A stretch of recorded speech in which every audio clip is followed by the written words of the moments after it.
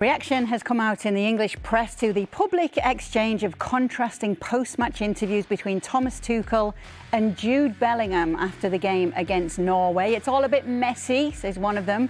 World peace, says another, because England captain Harry Kane has put on a united front about the whole situation when talking to the BBC. He was asked about it and he said, look, when you play a match, especially a game like that, and you're asked a question just 2 or 5 minutes after the final whistle, it's like, what do you want Jude to say? I think it's easy to try to create that kind of division.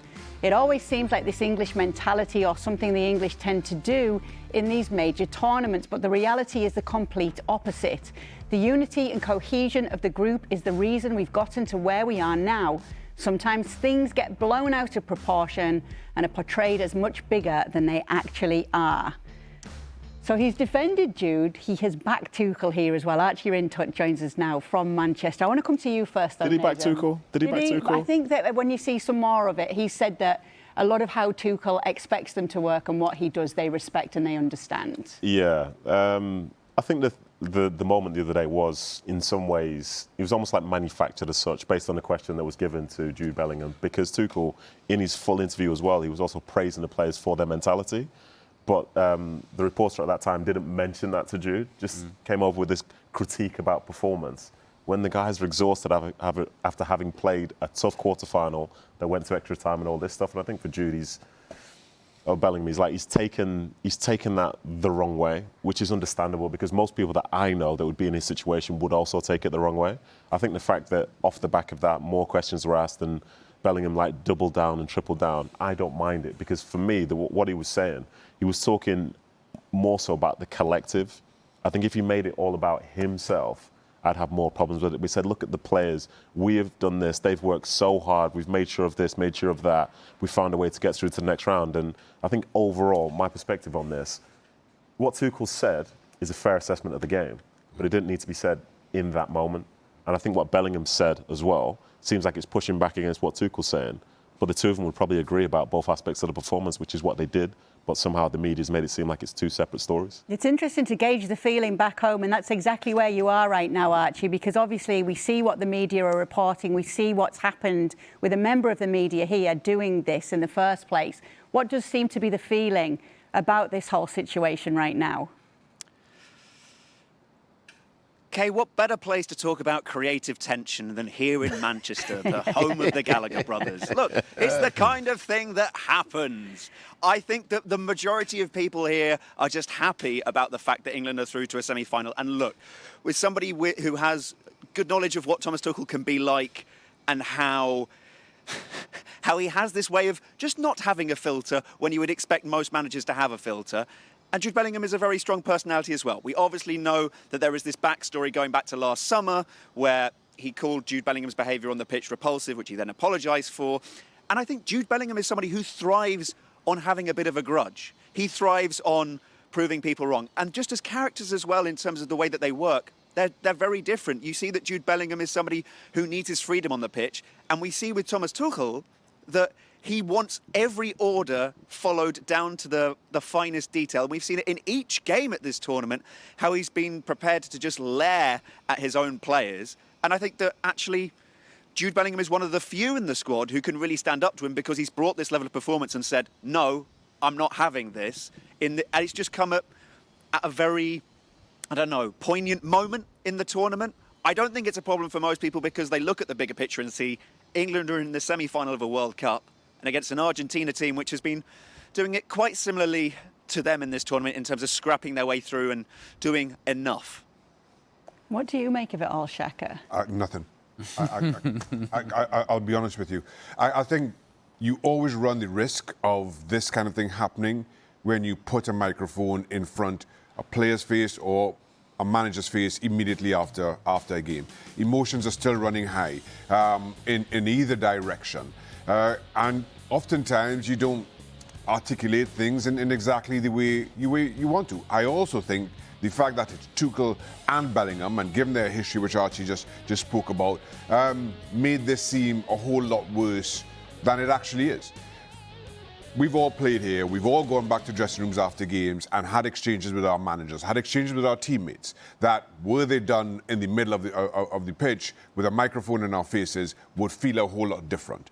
We then also, 2 or 3 days later, go and sit down in video session or blackboard session, whatever it is, and you talk about those same things far more calmly, with far more understanding. Tuchel is talking about the tactics of the game. Jude Bellingham is just talking about the grit of the players out there. You need both of those. And I don't think that this really is an issue if you take it for what it actually is, or recognize how often it does happen, albeit in the quiet of a dressing room. Good Lord, Shaq, you be old, son. You are old. Blackboard session? Blackboard session? With chalk. Yes. Man. This is nothing. I agree with Shaka. Blackboard or not, I agree with Shaka. This is nothing. And actually, I think more to the opposite. I think this benefits England. You want a prickly, edgy Jude Bellingham. That's when I think he is at his best. Now, admittedly, they both could have been a little bit more graceful in the manner in which they shaped their answers. But I appreciate the honesty. Honesty is the best policy. And they both felt the way they felt after the game. They both communicated as such. And I think they both have a point to what you said, Nedum, in that they're not incorrect. Both of them actually have very valid points in the way that they approach it. It's just they could have been a little bit more graceful in how they expressed it. Regardless, I don't believe this is anything whatsoever, and Jude Bellingham thrives in a prickly environment. Please trust me when I tell you that being prickly is not the worst thing in the world. Yeah, sure. Yeah, does it benefit England? So some of us thrive in that environment. Oh, boy. Does it benefit England, though, Jules?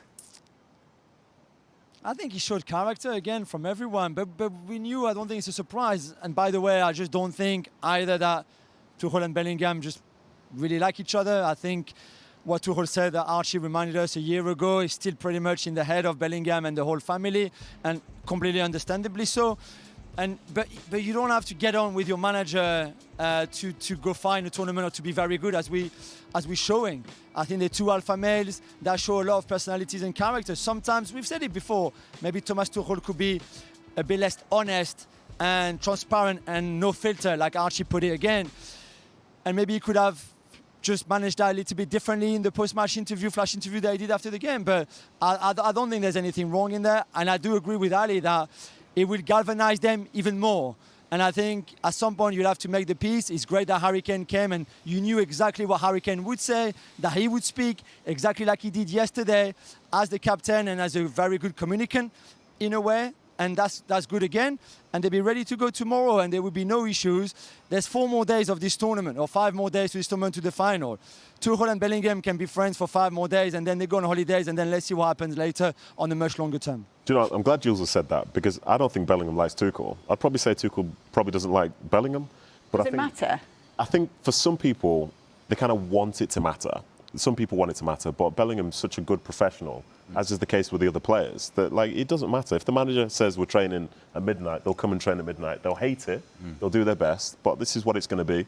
And I think from the way Jules has just been describing that there, I think that's the bit that is essentially key. And Archie made a great point as well, because I forgot about what Tuchel said a year ago. If I was Jude Bellingham, I would not like this manager either. And I think the way that a lot of the British media spoke about him in the year leading up to this tournament, I remember every single one of those things as people now want to praise him and say, oh, it's a generational talent. Look how great Jude Bellingham is, this, that and the other. I think he knows that some of the stuff that's going on right now isn't really the way that people feel about him. And I think, Ali, you're right in terms of if this environment is one that makes it a prickly Jude Bellingham, this is the best version of him, because they need someone to be able to step up and do things outside of, say, the conventional way that Tuchel's doing things. And I think it was Jurgen yesterday, or 2 days ago, he said during that game, because he was there, Tuchel's passing over messages onto the players, and the players are looking at him like, what's this guy talking about?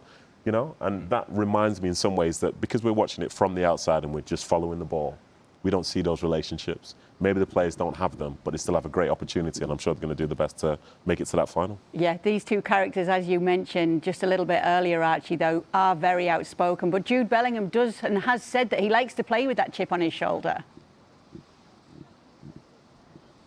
He does, and have seen it throughout his career.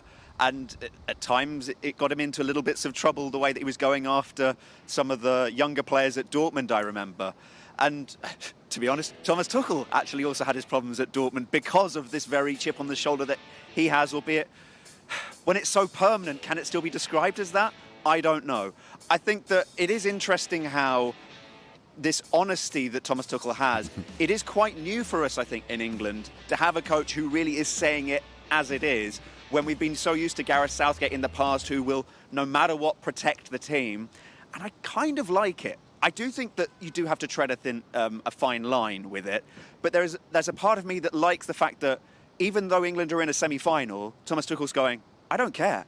I want more. And it's that kind of mentality which you want to see from a coach, driving your players on to have more. It's just, you know how sensitive it can be for players, and particularly because Tuchel doesn't have that past playing career, as Bellingham brought up, it can create problems for him. But as long as they can both put their egos away at the right moment, although I say that, you want Jude Bellingham to have his ego on the pitch because it seems to benefit England.